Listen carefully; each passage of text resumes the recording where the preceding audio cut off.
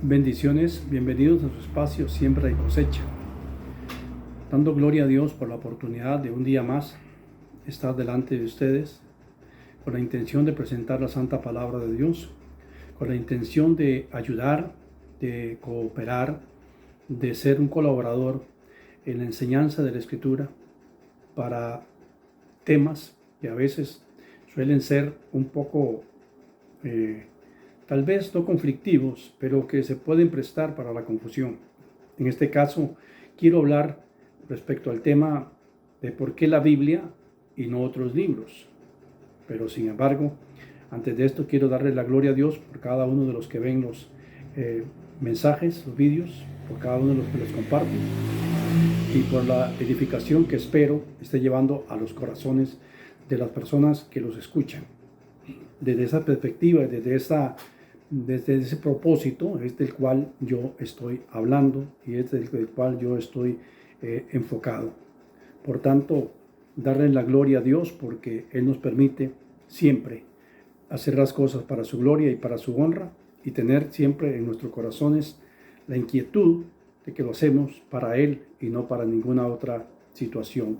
Siempre he dicho y lo diré mientras viva, mi propósito es darle toda la gloria a Dios, edificar la iglesia del Señor y, si me es posible, ganar almas para Cristo. Ese es mi propósito. Pues en esta mañana quiero leer la Escritura en el libro de 2 de Timoteo, capítulo 3, verso 16, un verso muy conocido, y luego hacer una introducción respecto a lo que voy a hablar, que no va a ser mucho, pero para ello quiero enfocarme primeramente en la bendita y santa palabra del Señor, que es nuestra guianza, nuestra dirección. Y leemos así, en el nombre del Padre, del Hijo y la comunión del Santo Espíritu de Dios. Toda escritura es inspirada por Dios y útil para enseñar, para redarguir, para corregir, para instruir en justicia. Y también vamos a leer el verso 17, a fin de que el hombre de Dios sea enteramente apto, bien pertrechado para toda buena obra. Bendito sea el Señor por su santa palabra. Quiero decir lo siguiente. Toda persona que es amante de los libros o toda persona que le gusta leer, siempre habrá encontrado en ellos una riqueza literaria, una riqueza de algún aspecto instructivo, educativo, de muchas disciplinas. Hay de todos los aspectos y de todos los ángulos, de todo lo que tú quieras buscar en literatura, desde lo sagrado hasta el ocultismo, oscurantismo y todo lo que esté más allá, bueno en extremo y malo en extremo, sano, perverso y erótico hasta donde lo más, de todo hay. Por tanto, hoy quiero hablar respecto a por qué la Biblia y no otro libro, pero quiero hablar desde la perspectiva del punto de libros sagrados o de libros que se usan en las diferentes religiones que hay en el mundo y de la comparativa de algunos de ellos o de las situaciones de donde se toman algunas ideas. Entonces comienzo introduciendo con lo siguiente. Como amante de los libros, es probable que muchos te hayan marcado, muchos libros que hayas leído te hayan marcado, pero quizás habrá uno o dos que en verdad lo recuerdes por dejar alguna huella en ti. Algunos libros han dejado huella en ti por alguna situación en particular. Hay muchos libros famosos y que al analizar su contenido de forma objetiva no producen beneficio alguno para nadie, excepto para el autor en lo económico y en su éxito. Pero tú podrás decirme, pero yo leí un buen libro de cómo hacer buenos negocios, de cómo administrar un buen negocio, de cómo esto y lo otro, sí. Pero yo te estoy hablando desde el punto de vista sagrado, desde el punto de vista espiritual, desde el punto de vista para tu alma, para tu ser. ¿Qué quiero decir?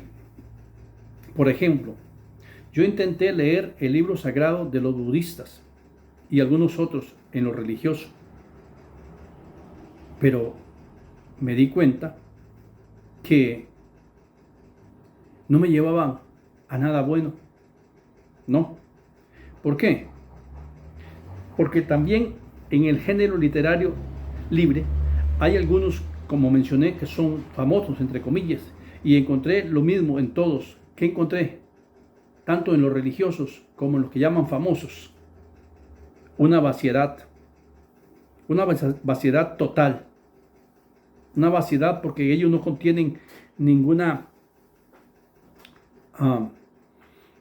riqueza espiritual, sino que es simplemente una esencia.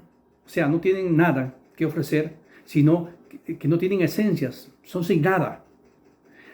Es mucho filosofar. Recuerdo, estuve leyendo el Piripitaka de Buda y leí, no recuerdo cuánto leí, y me cansé de ese filosofar. Como cuando uno se detiene y comienza a hablar y a decir una cosa y otra, y recalcar una cosa con otra, y recalcar una cosa con otra, y solo eso decía. Y es un filosofar, igual que Ramayana de los persas, igual que otros que leí, están vacíos, no tienen ningún sentido, nada que llene. Es un continuo bombardeo almático, o sea, al alma, a las emociones, pero no te dejan nada que tú puedas decir, valió la pena, aprendí esto, me marcó con eso que hizo o dijo. No hay nada de eso en esos libros llamados religiosos.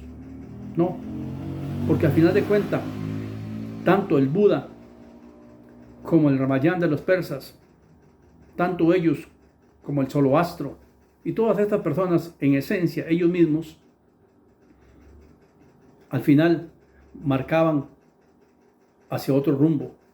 Al final no era ello la solución y por tanto ese libro carecía de importancia, pues era un hombre más mortal como tú y como yo y pecador. A lo que quiero llegar es que en cuanto a contenido, calidad y esencia, no hay ni por asomo un solo libro que pueda siquiera acercarse a la Biblia, ni tan siquiera por asomo compararlo, ni siquiera por asomo tomarlo en cuenta. No puedo decir voy a poner este libro, imagínate, la Enciclopedia Británica a la par de la Biblia. No, porque todo lo que ahí dice, todo lo que se ha descubierto allí, todo lo que está escrito, desde un principio, la Escritura lo recalcaba.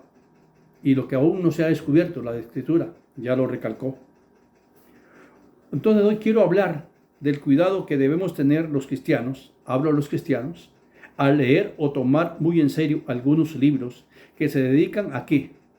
Algunos libros se dedican a polemizar en contra de algunos relatos bíblicos, usando para ello fuente de apoyo histórico de escritores, testigos o críticos de aquel tiempo.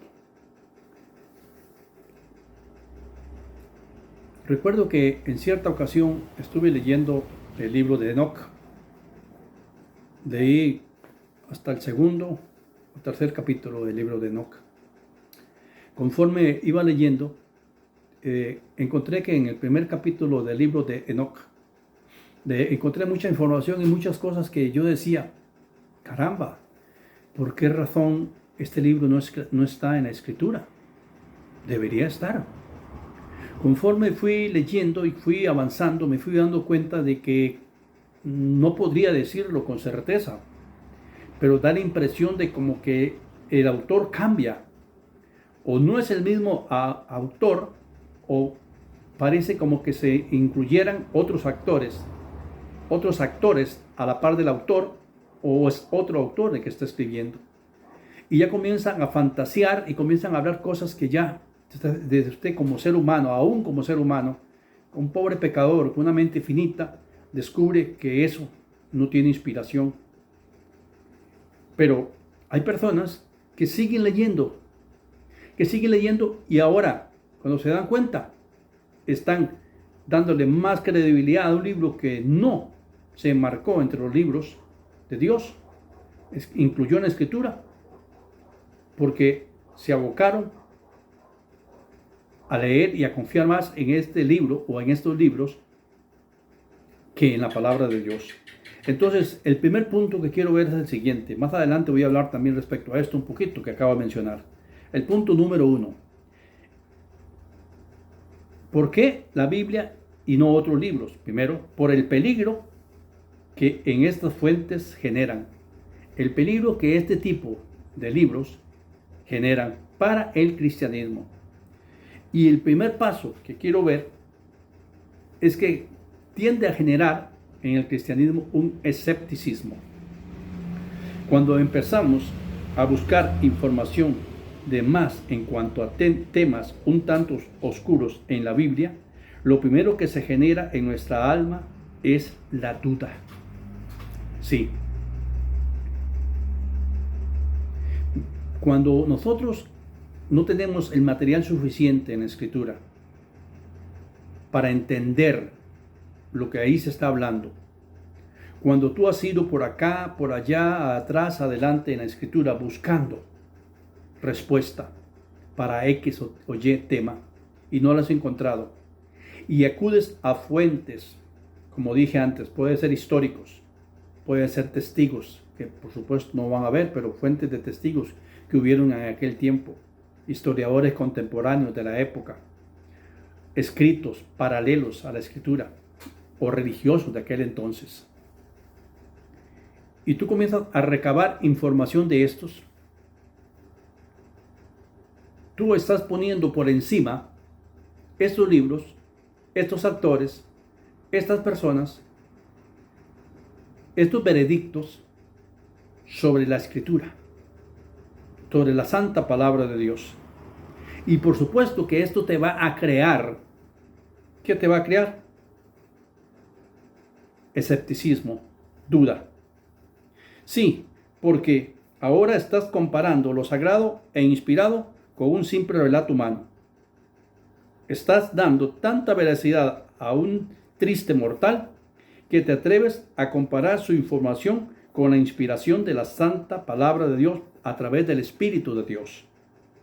Y tanto más avances en el estudio de esos libros o documentos, mayor credibilidad le estarás otorgando. La pregunta, ¿por qué? ¿Por qué le estarás, entre más leas, mayor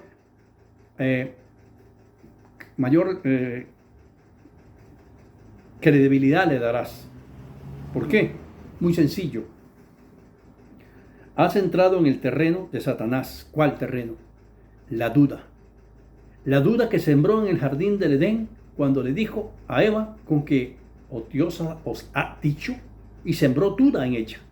Esa misma duda te está llegando y estás en el terreno que Él quiere que estés. Y ahora estás dudando de lo que la palabra dice para encontrar una información que no está en la palabra, en un libro, en un relato, en un documento, un papiro, un historiador o cualquier otra cosa, por encima de la palabra de Dios. Y ahí Él te tiene en sus manos. ¿Quién te tiene en sus manos? Satanás. Porque ya sembró la duda. Ahora está dándole mayor credibilidad o igual credibilidad a esos relatos que la Escritura. ¿Por qué? Vamos a verlo. La Biblia dice que la fe viene por el oír y el oír por la palabra de Dios. ¿Correcto? Eso dice la Biblia. La fe viene por el oír y el oír por la palabra de Dios. Entre más escucho de la palabra de Dios y entre más obedezco a la palabra de Dios, más fe hay en mi corazón. Pero ahora, digámoslo al revés este verso. Démosle vuelta al verso. Digámoslo de otra manera. Entre más desoigas la palabra de Dios, esto producirá más duda y incertidumbre en tu corazón. Al no escuchar la palabra de Dios para prestar atención a otras fuentes de información, esto te generará dudas. Sí. Si el oír de la palabra produce fe, el desoír de ella produce ¿qué? Dudas. Duda de la palabra de Dios. Sí. Por eso muchas personas que se dicen cristianos creen en muchas tonteras, teorías y cosas. Le dan credibilidad a documentales, cosas que salen mucho en YouTube de, no sé, de personas encargadas en buscar lo que está oculto y decir, por ejemplo, qué esconde tal versículo de la palabra de Dios que no te lo han contado, que no te lo han dicho. Y hacen toda una historia. Y la gente se pone a escuchar. Tiene razón. ¿Cómo yo no había visto eso? ¿Y por qué no lo han dicho? Y comienzan a darle credibilidad a esto y a dudar de la palabra de Dios. Y entre tanto más lo hagas, más expuesto estarás al escepticismo en tu vida. ¿Sí? Ese es el primer punto. Luego, dentro del mismo punto, te llevará a condicionar cada vez más y a criticar cada vez más versos de la Escritura. Como ya estás dudando, ahora vas a encontrar cada vez más versos que te van a poner a dudar. Claro, has pisado terreno prohibido y ahora andas buscando más en la Escritura asuntos para polemizar, para debatir o para buscar con el fin no de instruirte, no llenarte de fe, no, de dudas, porque aunque tú no lo quieras, estás en el terreno del enemigo. La Escritura nos da un ultimátum. La Escritura siempre es tajante con el hombre. Y la Escritura nos dice en Deuteronomio 29, ¿qué nos dice? Que lo que es manifiesto, conocido, es del hombre, pero que lo que es oculto es de Dios.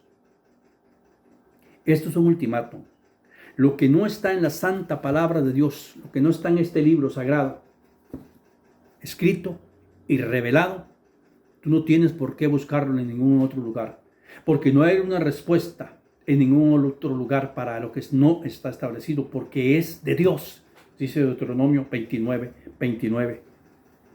Dios ha establecido hasta dónde el hombre cristiano puede llegar a saber, porque el mundano no sabe nada de Dios, porque lo que está escrito no lo puede entender, aunque quisiera, y el más erudito no lo puede entender, porque no es de razonamiento, es de discernimiento, y como él no tiene el Espíritu Santo dentro de él, no lo puede entender. Entonces es hasta dónde el hombre de Dios, el cristiano, puede llegar a saber, y no le pregunta si quiere saber más o no le pregunta al hombre, no le pone un límite, está fijado por Dios.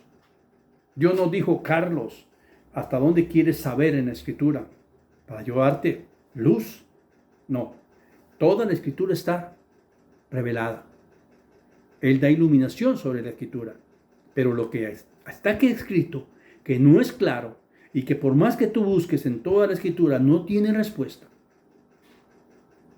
es porque Dios estableció que tú no conozcas esa respuesta. Y muchos se enojan con Dios, y muchos no lo aceptan, aún siendo cristianos.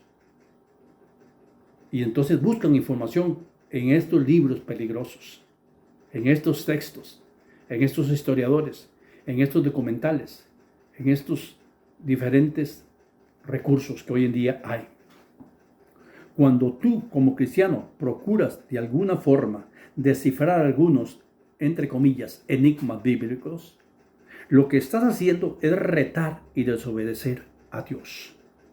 Sí, tú estás retando y desobedeciendo a Dios. Estás retando y desobedeciendo este decreto, ultimátum o límite de Dios, lo que es revelado del hombre, lo que es oculto de Dios. Usted está diciendo, Dios, yo voy en contra de eso.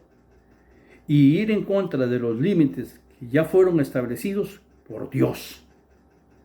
Sí, un rebelde más. Un rebelde más ante Dios. Es que yo quiero saber, no me voy a quedar quieto hasta que sepa, y tengo que buscar alguna fuente de algún lugar. Mire, y si pudieras y hubiese la oportunidad, viajarías en el tiempo con tal de descubrirlo según tú, pero no lo vas a descubrir ni aunque fueses allá, porque no estaba revelado.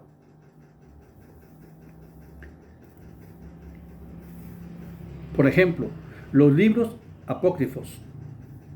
Pensar que algunos de ellos, o al menos si debe, pensar que algunos de ellos, o todos ellos, o al menos uno, o dos, o tres, deberían estar en el canon bíblico, es un ejemplo. ¿Por qué? Porque el Espíritu Santo ya estableció cuáles deberían estar y cuáles no deberían estar. Recuerde que al principio hice mención del libro de Enoch. ¿Y el por qué? Yo comencé a leer y digo, pues claro, este libro debería estar, porque se hace mención en él en dos citas del Nuevo Testamento, en 2 cartas. Lo que nos debe llenar, o sea, pensar que porque hace mención Judas y hace mención Pedro respecto al libro de Enoch, ya debe estar escrito allí. O sea, yo tomo esas 2 referencias que están ahí escritas porque son de 2 cartas inspiradas por el Espíritu Santo y ahora debe estar en el canon bíblico. Y entonces lo que nos debe llenar es que al Espíritu Santo le pareció perfecto y justo que se quedara afuera y no dentro.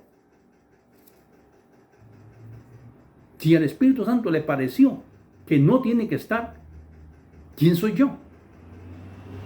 Pero cuando intentamos incluirlo y ponemos argumentos para ello, una vez más estamos desafiando la omnisciencia de Dios y creyendo que nosotros somos más inteligentes y capaces que Él. Tristes personas, como dice Alducin, con cerebro de caracol, poniéndonos a la altura de la omnisciencia de Dios y al Espíritu Santo, a Dios mismo, que es omnisciente, que todo lo sabe, omnipresente, omnipotente. ¿Le pareció que no? ¿Por qué yo, por 2 pequeñas manifestaciones que hay en la Escritura, tengo que creer que debe estar allí y que debería estar allí? Nuestra necedad. Ahora, todo esto que yo estoy diciendo y todo esto que estoy comentando en esta exposición es porque he encontrado que personas inteligentes, estudiosas, capaces, caen en esta trampa del enemigo. Y estoy hablando de cristianos, ya lo dije, no estoy hablando de gente mundana. Caen en esta trampa. Se meten y sacan horas para estar indagando en libros que hace menciones de algo que está en la Escritura un poco diferente, no manifestado abiertamente, tal vez no claro, no esclarecido por qué esto sí, por qué esto no, por qué aquello sí, por qué aquello no. Como dije, si ya te has dado la tarea en la Escritura y te has ido de tapa a tapa y has buscado buenos comentarios bíblicos, buenas Biblias de estudio, buenos recursos y herramientas que hay bíblicas cristianas y de verdaderos autores cristianos, porque hay muchos llamados cristianos que los que escriben es basura, que no se puede prestar atención en lo absoluto porque ellos mismos están en una herejía. No, buenos autores que a través de los siglos han marcado la historia del cristianismo, aún contemporáneos que tienen un legado. Y esto, ¿no has encontrado respuesta? ¿Qué te dice a ti que puedas encontrar la respuesta en un libro o en algún otro lugar? La soberbia tuya y tu necedad. Y estás entrando en la duda, en el escepticismo, y lo peor, entre más indagues de este tipo de cosas, menos fe producirá y la fe que tienes se te irá yendo. Tenemos que tener certeza de que lo que la Escritura es la santa palabra de Dios y la única que, como leímos al principio, es capaz de redarguir, de enseñar, de instruir. Yo te pregunto, ¿qué provecho le sacas a esos libros que estás leyendo? Aunque sean sagrados. Ya te lo mencioné, léelos. Yo me he dado la tarea de leer y me cansé de leer porque me di cuenta que no tenía nada, que eran vacíos. Métete en la palabra. La palabra tiene 66 libros y no te bastarían 2, 3, 4, 5 vidas para culminarla, de estudiar. ¿Para qué quieres un libro más? ¿O para qué quieres conocer un versículo según tú, que no está claro? ¿Qué haces tú si pudieras descifrarlo? te quedaría todo el resto porque no los has estudiado. ¿Cómo aplicaría?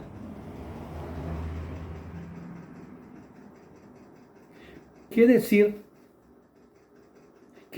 Punto número 2, qué decir de algunos versos que al leerlos por separado parece que contradicen o están en oposición a otros de la Escritura?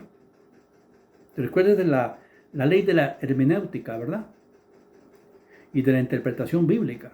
En primer lugar, la Biblia así sola se interpreta. Y segundo, los textos oscuros o de difícil contenido se interpretan a la luz de lo que son más claros.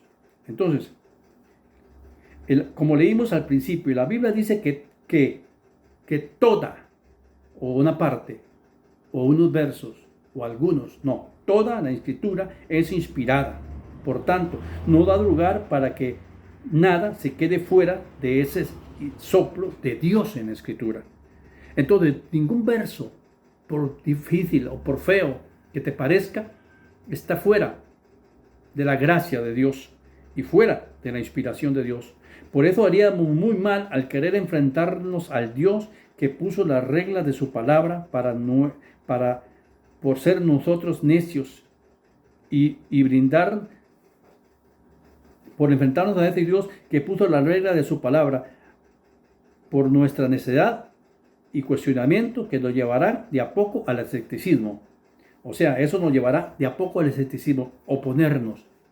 Hay muchos versos, y el otro día comenté el verso de Samuel, de Saúl, llamando a Samuel después de que había muerto. Comenté en un vídeo, por ahí está, en el canal, que unos dicen que sí fue, otros dicen que no fue. Al total, ¿qué provecho saca si tú le aciertas o no le aciertas? Si hasta que llegues allá a la presencia del Señor te darás cuenta que sí o que no, y no te importará darte cuenta en aquel momento. Entonces quiero aplicar esto que hemos estado viendo. Digamos que un cristiano, voy a poner una comparación, digamos que un cristiano está en un culto en su congregación y ese día la predicación es fuerte, buena y concisa de un tema cardinal de los fundamentos de la iglesia. El predicador se encarga de un punto cardinal del fundamento de la iglesia, llámese como se llame, hablemos de la fe, hablemos de la gracia, hablemos de la Escritura. En este caso voy a poner como ejemplo la Escritura, la sola Escritura, solo la Escritura, ningún otro libro, ninguna otra argumentación, ningún otro libro de apoyo, nada, solo la Escritura. Y este predicador enfocó bien la sola Escritura y habló bien de la sola Escritura, este cristiano, ¿ok? Pero este cristiano tiene un amigo que a su vez es compañero de trabajo, que vive cerca de dicha congregación donde este cristiano va, y sucedió lo que acabamos de estar mencionando. El lunes, al llegar a su trabajo, este compañero de él está relatando lo que él pudo escuchar o lo que le pareció que pasó en esa iglesia ese domingo. Y está contando lo que él escuchó y hablando al respecto. Al llegar el cristiano, cuando el cristiano llega al trabajo, la gente de los compañeros le preguntan al respecto de cómo sucedieron las cosas. Entonces el cristiano cuenta lo que sucedió en la congregación. Pregunta: ¿cuál criterio cree usted que tiene mayor asidero y validez de los dos? ¿El del cristiano que estuvo dentro de la congregación escuchando la predicación y que tenía el Espíritu de Dios en su corazón para que le iluminara, para que le ayudase a comprender, o del amigo, compañero de trabajo, que tal vez vive cerca y escuchó partes de lo que se dijo, pero no supo qué realmente sucedió? Por supuesto que quien estuvo presente en el lugar y escuchó todo de primera mano, que fue testigo ocular y que escuchó y vio, a él se le debe prestar mejor atención. Es exactamente lo que sucede con la Santa Escritura. Ningún testigo adyacente, ninguna persona, historiador que escuchó de segundos, de terceros, de cuartos o demás, va a tener la misma veracidad que tiene el Espíritu Santo que inspiró la palabra de Dios. porque la inspiración que fue dada de una vez y para siempre fue dada por el Espíritu Santo, que ha estado en todo lugar, que está en todo lugar y que estará en todo lugar. Y Él estuvo, y no de alguien que tal vez a oídas dice su versión. ¿Me explico? ¿Por qué la palabra de Dios y no otro libro? Porque el que instruyó la palabra de Dios, el que inspiró la palabra de Dios, es el que conoce la historia, es el que ha estado en la historia y es el que sabe cómo terminará la historia porque estará allí también. Entonces, cuidado, cristiano, cuidado, mi hermano, con abocarte horas de horas leyendo libros, viendo documentales, viendo información extrabíblica de personas, voy a decirlo así, de vecinos que viven al lado de donde sucedieron las cosas. No. Un testigo en una corte tiene que ser un testigo ocular que vio y oyó, no un testigo que escuchó de otro, que le contó. No serviría. De igual manera, no te apoyes en aquello en lo cual Dios no está presente. Bendiciones.